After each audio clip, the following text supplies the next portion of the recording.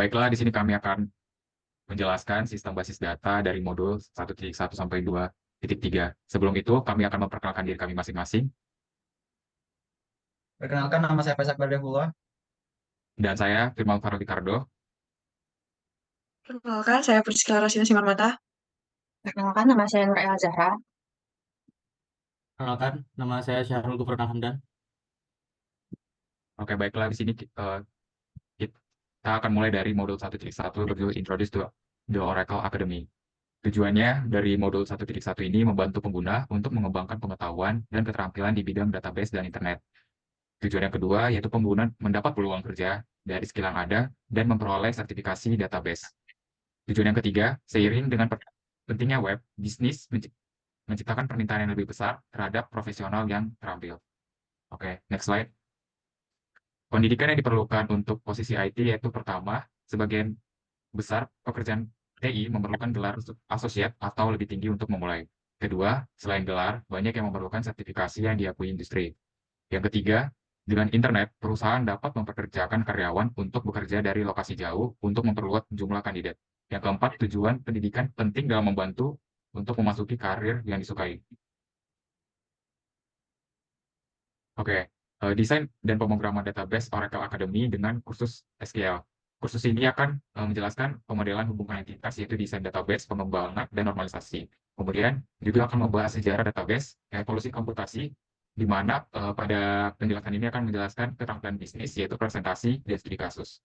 Topik tambahan dari kursus ini pula akan menjelaskan SQL, yang biasa disebut bahasa database, kemudian mengakses data dengan SQL, definisi data, manipulasi, dan bahasa kontrol. Kemudian kontrol transaksi, membangun aplikasi, dan yang terakhir adalah keterampilan bisnis, yaitu wawancara dan membuat portofolio karir. Oke, di sini statistik pekerjaan di California, di mana pendapatan mereka dipengaruhi oleh jabatan mereka di sana, di mana jabatan ini didapatkan dari skill-skill yang mereka punya. Lanjut. Oke, berikutnya modul 1.2 yaitu data versus information. Pengertian data sendiri yaitu suatu bahan mentah yang belum diolah, sedangkan informasi adalah pengetahuan, kecerdasan, atau bagian data tertentu yang memiliki arti atau fungsi khusus, di mana ini biasanya merupakan hasil penggabungan, perbandingan analisis, atau penghitungan data. Untuk lunak database Oracle ini mengubah data dan statistik yang tercatat atau disimpan menjadi informasi yang berguna. Contoh data itu sendiri yaitu nilai ujian setiap siswa. Contohnya nilai siswa adalah 89, kemudian contoh informasi yaitu nilai rata-rata kelas atau nilai rata-rata sekolah. Nah, database atau basis data adalah sekumpulan data yang terpusat dan terstruktur yang disimpan pada sistem komputer, menyediakan fasilitas untuk mengambil, menambah, mengubah, dan menghapus data bila diperlukan.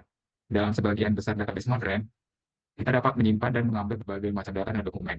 Kemudian di dalam database juga data disimpan dalam bentuk mentah. Berikutnya, data mentah ini akan ditanyakan atau diambil, kemudian diubah menjadi informasi yang lebih berguna.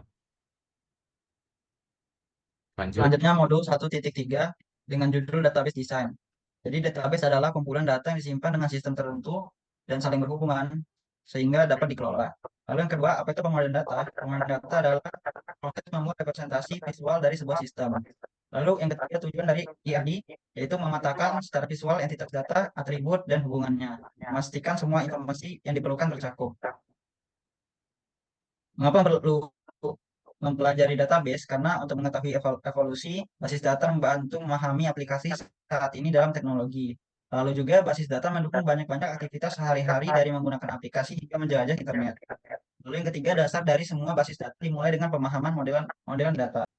Sejarah awal basis data. Jadi pada awal 1960-an, komputer menjadi lebih terjangkau untuk bisnis swasta. Lalu pada 1970 sampai 72, Watt mengusulkan model relasional memisahkan struktur logis dari data dari penyimpanan fisik. Lalu pada 1976, Chen memperkenalkan model hubungan entitas yaitu Entity Relationship Model. Lalu pada pertengahan 1980-an, SQL atau Structured Query Language menjadi standar untuk mengelola basis data relasional. Selanjutnya pada awal 1990-an, konsolidasi industri mengarah pada lebih sedikit perusahaan basis data yang lebih kuat. Lalu pada pertengahan 1990-an, kemunculan World Wide Web mendorong kebutuhan akses data jarak jauh. Lalu pada 1990-an akhir 1990-an, pertumbuhan bisnis internet menciptakan pasar alat baru untuk konektivitas web atau basis data. Yang terakhir pada abad ke-21, basis data mendukung berbagai industri seperti e-commerce, pemerintahan, kesehatan, pendidikan, dan banyak lagi. Langkah-langkah dalam proses pengembangan basis data. Yang pertama, pemodelan. Tujuan mengidentifikasi kebutuhan data bisnis dan data memodelkan secara akurat. Lalu yang kedua, desain basis data. Prosesnya menerjemahkan IRD menjadi tabel spesifikasi, yaitu tabel instance chart yang mendefinisikan struktur basis data. Implementasi basis data, yaitu peran SQL, menggunakan perintah SQL untuk membuat tabel, membangun hubungan, dan memastikan integritas data. Lalu komponen utama dalam desain basis data. Yang pertama adalah tabel instance chart atau tabel spesifikasi. Yang kedua, nama tabel mewakili entitas. Lalu yang ketiga, nama kolom, yaitu point data spesifik. Lalu yang keempat, primary key atau PK, identifikasi unik untuk setiap rekaman. Lalu yang kelima, orient key atau FK, menghubungkan tabel merujuk pada PK tabel lain. Yang keenam, nulls, menentukan apakah kolom harus memiliki nilai. Lalu yang ketujuh, unique constraints, memastikan nilai dalam kolom unik dalam tabel. Lalu yang terakhir, data tipe data, mendefinisikan jenis data, misalnya integer, string yang ada di setiap kolom. Baik, selanjutnya ini kita masuk ke modul 1.4 dengan judul Major Transformation in Computing. Jadi di modul ini membahas bagaimana sejarah dan transformasi besar dalam bidang komputasi. Dimulai dari tahun 1970-an, komputasi dilakukan pada komputer mainframe besar dengan terminal dump yang hanya menampilkan hasil setelah pemrosesan selesai di mainframe. Selanjutnya pada tahun 1980-an, munculnya komputer pribadi atau PC yang lebih cepat memungkinkan pemrosesan dilakukan di desktop, dikenal sebagai smart clients atau workstation. Terakhir itu tahun 90-an sampai dengan sekarang itu penggunaan server basis data dan server aplikasi untuk menyimpan dan memproses data dengan klien yang mengakses informasi melalui browser internet. Next. Selanjutnya, modul ini juga membahas apa itu grid computing dan cloud computing. Yang pertama itu ada grid computing yaitu model komputasi grid yang memungkinkan semua komputer dalam suatu organisasi digunakan seperti kumpulan sumber daya komputasi. Ini meningkatkan kinerja dan keandalan dengan menggunakan server database, server aplikasi, dan browser client. Selanjutnya itu cloud computing. Di sini komputasi awan memungkinkan bisnis mengakses perangkat lunak dan perangkat keras dari penyedia cloud yang terletak secara remote dan disampaikan kepada pengguna melalui teknologi web. Next. Selanjutnya ada database support dan terminologi. Database support atau database pendukung biasanya database digunakan untuk mendukung operasi bisnis di berbagai sektor industri seperti keuangan, retail, telekomunikasi, dan penerbangan dengan menyimpan dan mengelola data penting. Selanjutnya ada terminologi. Terminologi ini beberapa istilah kunci yang digunakan dalam pelajaran termasuk dalam aplikasi, klien, komputasi grid, dan perangkat keras, infrastruktur, sistem operasi, server, perangkat lunak, dan komputasi awan. Next. Lalu selanjutnya masuk ke modul 2.1, itu konseptual and physical model. Tujuannya itu untuk mengkomunikasikan kebutuhan informasi dengan jelas dan akurat, membedakan antara model konseptual dan implementasi fisiknya, memahami alasan untuk membangun model data konseptual, dan memberikan contoh model konseptual dan model fisik. Next. Yang pertama ada konseptual model.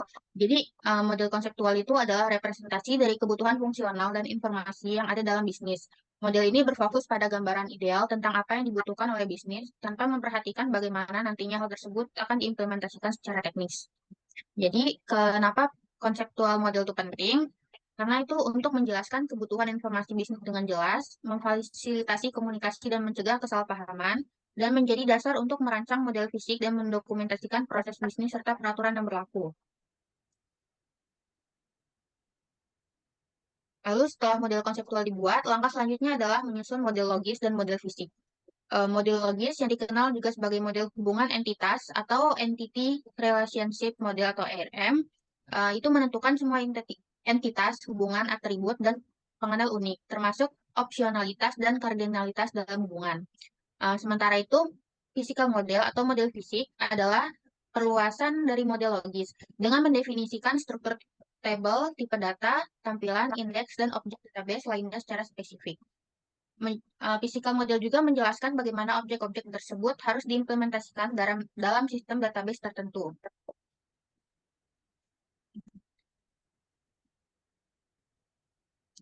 Lalu modul 22 itu entities, instance, attribute, dan identifiers. Dalam basis data, entitas adalah objek atau konsep dengan eksistensi yang dapat didata seperti mahasiswa atau dosen. Entitas adalah kategori umum, sementara instance adalah contoh konkret dari entitas tersebut. Tiap entitas memiliki atribut yang mendeskripsikannya seperti nama dan NIM untuk mahasiswa. Atribut adalah nama, sedangkan nilai adalah data spesifik. Lalu atribut itu bisa wajib, atau bisa juga opsional, dan bisa volatil atau sering berubah atau non-volatil, itu atau stabil. Lalu pengenal unik atau UID adalah atribut atau kombinasi atribut yang mengidentifikasi setiap instance entitas secara unik, seperti NIM untuk mahasiswa.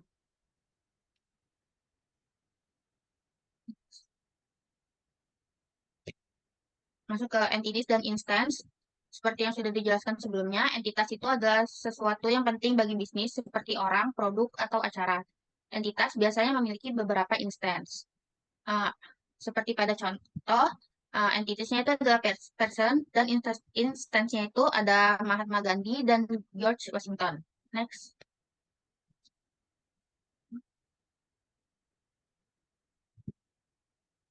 Yang kedua ada atribut. Atribut ini memberikan informasi spesifik tentang suatu entitas, membantu menggambarkan, mengklarifikasikan, atau mengkuantifikasikan. Contoh atribut termasuk nama, usia, atau model. Pada contoh, jika entitasnya itu customer, atributnya itu ada family name, date of birth, sales size, top of residence, dan email. Next. Dan yang terakhir itu ada identifiers. Ada UID atau Unique Identifier itu adalah tanda pengenal. Jadi, di sebuah perusahaan, setiap karyawan memiliki pengenal unik atau UID yang membedakannya dari karyawan lainnya.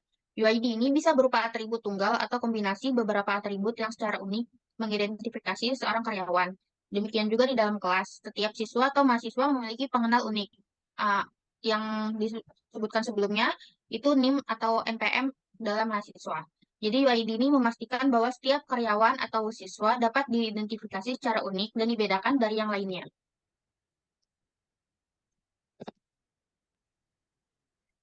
Baik, sini saya akan melanjutkan modul dari 2.3, yaitu Entity Relationship Modeling.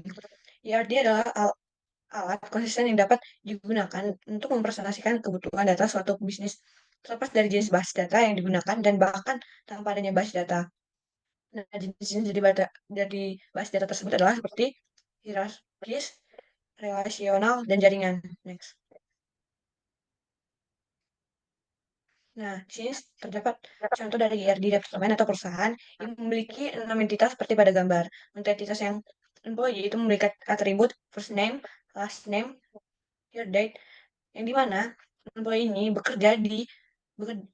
berrelasi ke dalam job dan ke dalam departemen. Nah, di dalam job ini terdapat ID, yaitu title, max salary, dan min salary.